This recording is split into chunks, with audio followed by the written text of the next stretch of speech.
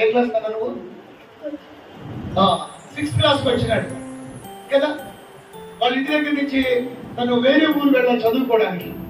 చదువులో బాగా కష్టపడుతుంటాడు. చదువులో ఫస్ట్, చదువులో చాలా కష్టపడుతుంటాడు.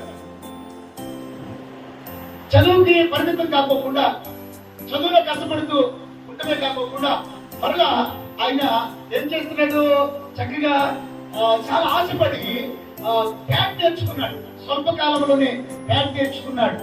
మళ్ళా సండే స్కూల్కి వస్తాడు,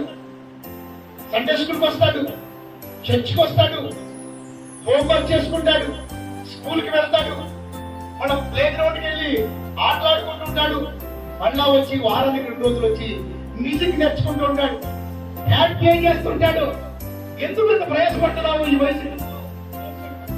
ఏసై కోసం. తప్పులు ఒకసారి గట్టిగా ఏసై అంటే ఏసై